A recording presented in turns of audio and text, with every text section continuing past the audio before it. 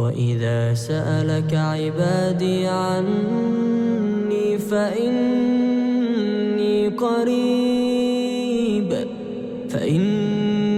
قريب أجيب دعوة الداع إذا دعان فليستجيبوا لي وليؤمنوا بي لعلهم يرشدون.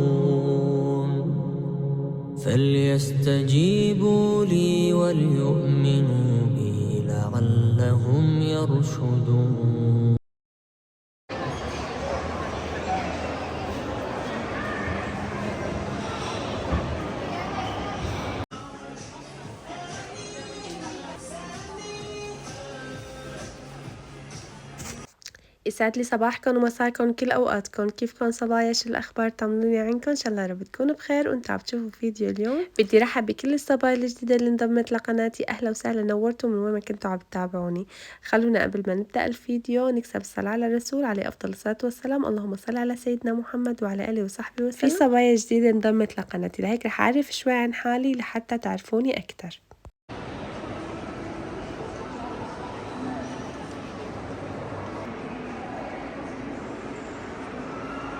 هلا يلي ما بيعرفني، اسمي ولاء، أنا سورية ومقيمة ببريطانيا. عندي 5 أولاد. كل يوم سبت باخد أولادي الصغار على المدرسة العربية لحتى يتعلموا عربي ويتعلموا هيك يقرأوا ويكتبوا، لحتى إن شاء الله بالأيام يصيروا يقرأوا قرآن.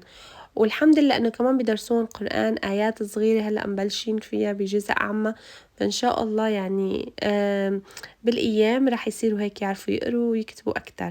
فالحمد لله انا كتير مبسوطة بالمدرسة العربية، والولاد الحمد لله دائما بشجعهم وكتير حابة انه هن يتعلموا. فالحمد لله انه هن حابينها. المدرسة بتبعد ساعة عن بيتنا، لهيك كتير عم نتعذب، بس كله ان شاء الله الله هيك يعطينا الاجر عليه، لانه نحن رايحين كرمال ندرس اولادنا. فبهاي الأثناء يا صبايا أنا في عندي وقت. المدرسة مثل ما قلت لكم بتبعد تقريبا ساعة، والمدرسة تقريبا 4 ساعات. فبهاي الأثناء نحن شو بدنا نعمل أنا ورفقاتي؟ بنروح هيك ومندور، أحيانا بنروح على بنتسوق، أحيانا بنروح بنتمشى، أحيانا بنروح من هيك يعني بنعمل أجواء. فكل أسبوع بنروح وبنغير جو. اليوم رحنا على هذا المول كتير حلو، كتير انبسطنا الحمد لله. وهلا دخلت هيك على شركة أبل لحتى هيك أتفرج على الموبايلات.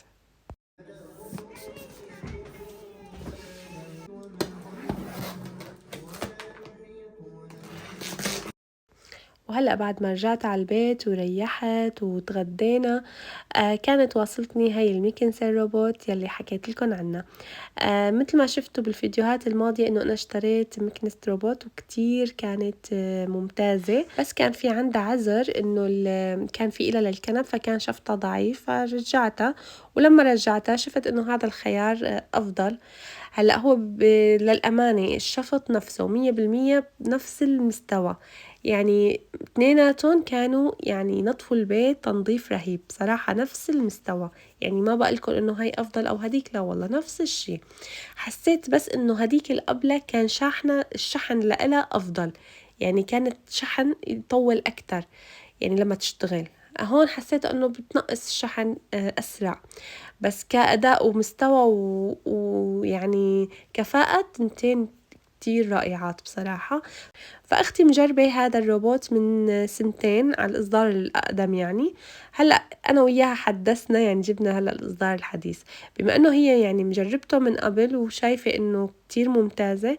وبالفعل مثل ما وصفت لي طلعت كتير ممتازة. صبايا إلها كاميرا بتصور البيت وين عم بتنظف، يعني إذا كنا برا البيت فينا نفتح الكاميرا ونتفرج على البيت وين دخلت وين طلعت، يعني بتبين كل البيت. فينا حتى نحكي، يعني إذا كنا نحن برا البيت وهي عم بتصور يعني عم تشتغل أو حتى هي مطفية، فيني أنا أشغل الكاميرا وأحكي مع أولادي وأنا برا البيت رح يسمعوني من الروبوت. فيها كمان اللهم صل على سيدنا محمد صوت، يعني فينا نقلها انه start to clean، يعني بلشي شغل، وقفي، رجعي على المحطة، يعني بتاخد الأوامر الصوتية. وفيها أكتر من لغة، وفيها من ضمنهم اللغة العربية كمان. بصراحة الروبوت ممتاز، يعني بنصح فيه وبشدة. ومثل ما قلت لكم الروبوت اللي قبله كان نفس الأداء بس ما كان له كاميرا، فهاد له كاميرا وإله كمان الأوامر الصوتية بياخدها. فكتير كتير انبسطت فيها وكتير سهل علي كتير. يعني أنا بس جربت الروبوت ما عاد أحسن بلا. كتير تنظيفه قوي وشفطه قوي، وإله 4 سرعات مثل المكانس العادية. ففينا إنه إذا البيت ما كتير وسخ نحطه على السرعة الأوطى، إذا كان البيت كتير وسخ ففينا نقوي السرعة أكتر. فشوفوا هون فيها هاي الممسحة وفيه دواليب، يعني فينا يعني إذا كان في هيك عتبة أو هيك شي يعني عالي فبيقدر يطلع فوقه.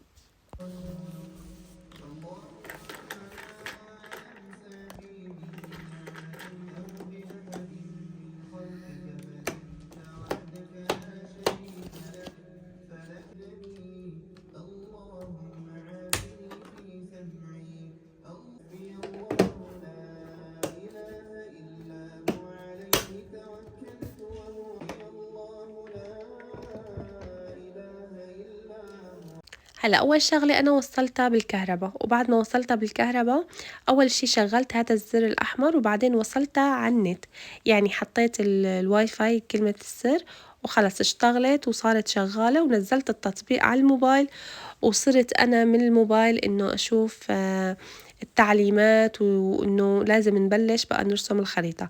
أول شغلة في هون علبة للمعطر، فعبيت المعطر، أو هي إنه دوا للأراضي، فأنا ما كان عندي بصراحة دوا للأراضي خاص فيا للمسح، فحطيت معطر من عندي يعني من البيت. فإن شاء الله بالأيام رح أشتري، بس أنا ما كتير عندي أرض غير شوي من المطبخ ومن الحمام، فكله هون ممدود موكيت.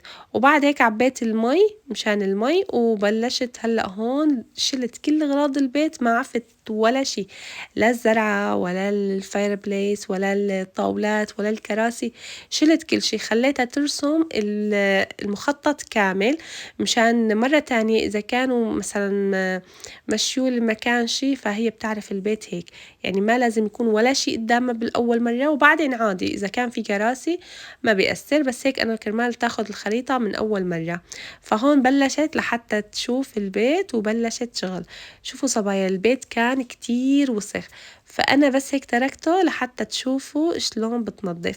هلأ اليوم للصراحة ما كتير صورت، ما كنت هيك مرتاحة للتصوير، فقلت إن شاء الله مرة تانية رح أصور لكم وهي عم تشتغل وكيف تنظيفها.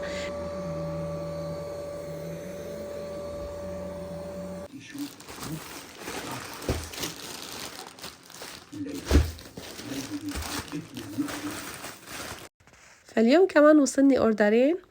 جيت عم بفتح اول اوردر فطلع مو لإلي، طلع لابني، جايب بسكليت جديد وكل شوي بيشتري له هيك اكسسوارز وقصص فمبسوطة عليه. فجيت بعد ما فتحته قلت لا لا هذا الاوردر مو لإلي، فرحت لافتح الاوردر الثاني لحتى اشوف ايش فيه.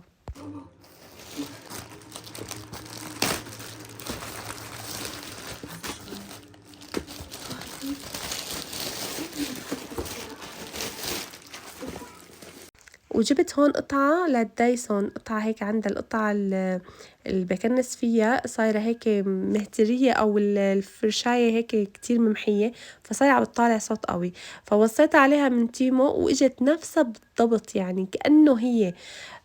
شقد السعر فرق عن السعر من دايسون. من دايسون سعرها يمكن هيك شي 75 باوند، أما هون جبتها من تيمو 25 باوند، يعني في فرق كبير مع إنه نفسها تماما. ايه فكتير انبسطت عليها. رجعت الدايسون جديدة عندي، وجبت كمان هاي بين الكنب، هلا انا عندي اياها بس ما بعرف مختفية ما عم بلاقيها ابدا، فجبت هاي. هلا هي صغيرة مو اصلية، بس قلت منيحة قبل ما الاقي اللي عندي. ولتخت زيت جبت له شرشف وحرام.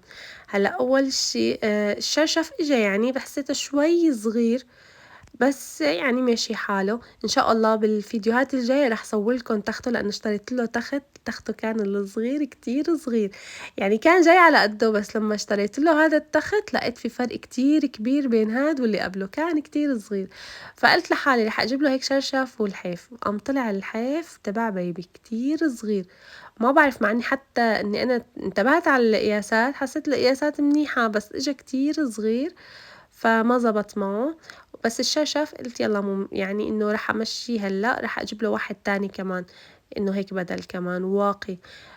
فان شاء الله بالفيديوهات الجاية رح اصور لكم تخت زيت. وهون كمان رح اصور الدايسون وانا عم بركبها، كتير انبسطت عليها، حسيتها انه هيك رجعت جديدة. خلونا هون نحكي، ما تلزم تطلعوا لبرا، انا كمان بدي اقول لك كلمتين. واذا عندي ما رح تتدخلي، اتركيني انا حل. ليه عم تطلع فيي هيك؟ كل مرة بدك تعمل غلط بتسكري انت على المشكلة وبتنهي اياها.